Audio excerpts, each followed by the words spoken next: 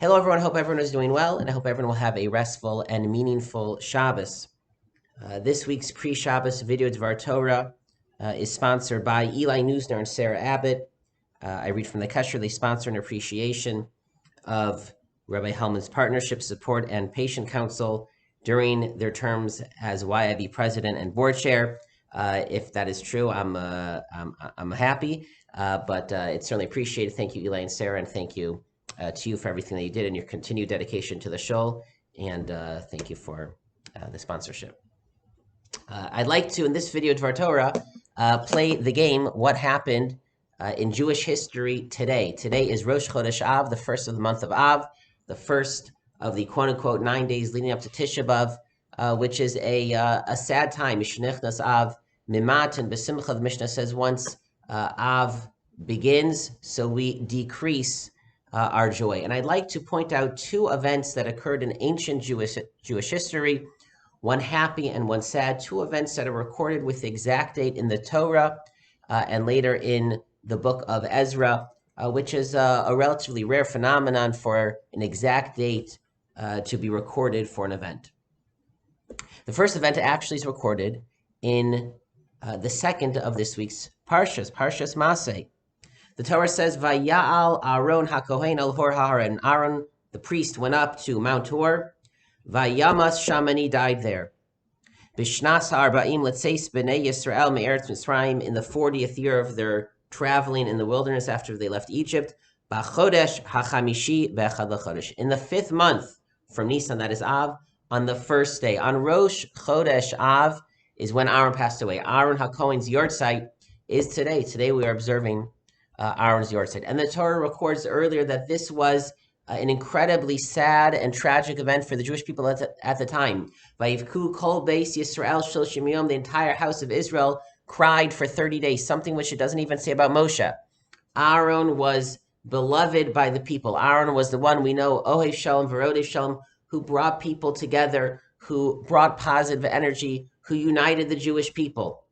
He was also the one who connected them as the Kohen Gadol, as the high priest, to Hashem. He was the connector within the Jewish people and connecting the Jewish people to Hashem. And when he died, there was a void, there was a loss. The Jewish people were sad, were mourned. And after that, the Jewish people were not as unified nor as connected to Hashem. Our sages have a tradition that it's not a coincidence that both of the temples, the Batei Mikdash, were destroyed on the 9th of Av and in the month of Av. That since the sin of the spies this month, the entire month of Av, and especially the 9th of Av, is marked, unfortunately, for punishment, for tragedies. There's a shadow that is cast over the entire month.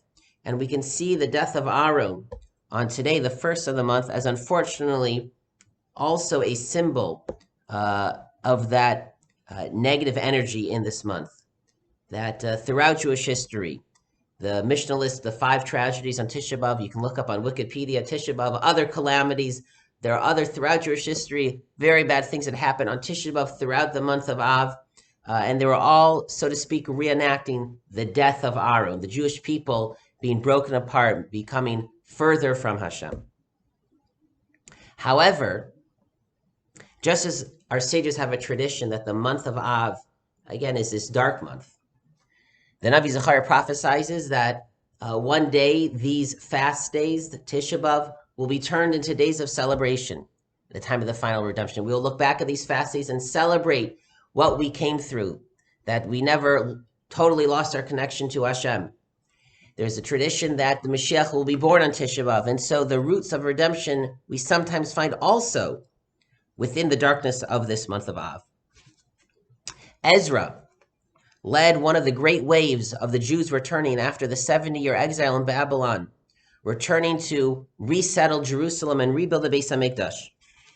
And in the book of Ezra, it is recorded, Vayalu b'nei Yisrael, and the Jewish people, the group that went up with Ezra, Bishna Sheva la'Artaxshasta HaMelech, in the 7th year of the rule, the reign of Artaxerxes, the Persian king. Vayavo Yushalayim b'chodesh ha'chamishi. They reached Jerusalem when they traveled for months by foot on animal from Persia, from Iraq, from Babylon to return to Jerusalem. They returned in the 5th month, the month of Av. Ki be'echad lachodesh harishon hu yusad hamala mi Bavel. They left on Rosh Chodesh Nisan on purpose, a significant date. They said farewell on Rosh Chodesh Nisan from Babylon. Ube'echad lachodesh hachamishi ba el Yerushalayim. And it was on the 1st of the 5th month, Rosh Chodesh Av, today, that Ezra and his group reached Jerusalem as the good hand of God was upon him, as he was blessed to be successful. That also wasn't a coincidence. It was already a sad day. The Beis HaMikdash, the first Beis HaMikdash, had already been destroyed on Tisha B'Av. The Jews were already mourning in the month of Av. And Ezra said, we'll re-enter Jerusalem on the 1st of Av. This is when we begin to rebuild. Ezra wanted to fulfill the prophecy of Zechariah, to turn Tisha B'Av and the month of Av from a sad month into a happy month. Unfortunately, Ezra was not fully successful. The second Beis HaMikdash didn't reach the height of the first Beis HaMikdash. There was another destruction at the hands of the Romans. And Tisha B'Av, the 9 days, the month of Av, is still for us a sad time. And we are meant to mourn. We are meant to contemplate and think about the loss and the void that there is in the existence of the Jewish people in our lives, that we do not have a Beis HaMikdash, that the Jewish people, again, are still fractured. We do not dwell on that throughout most of the year, but during these 9 days we do. But we mourn. We are meant to feel notes of sadness, again, not to wallow in it, but because we know that by knowing that we miss something, that is the only way that we'll be able to perhaps find it. That by feeling that we do not have everything that we're supposed to have, we'll be motivated to grow, to build, to undo the death of Aaron, to connect Jewish people, to perform acts of baseless kindness, of being kind for no reason, especially to other Jews, other than to be kind, to connect, to share love, to share positivity. We want to come closer to Hashem spiritually, to reach out to Him and know that He'll reach out to us.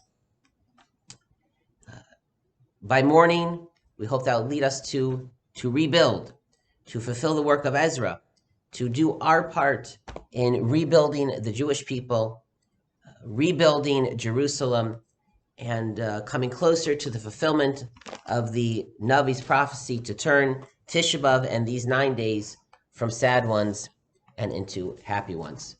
Good Shabbos, everyone, and Shabbat Shalom.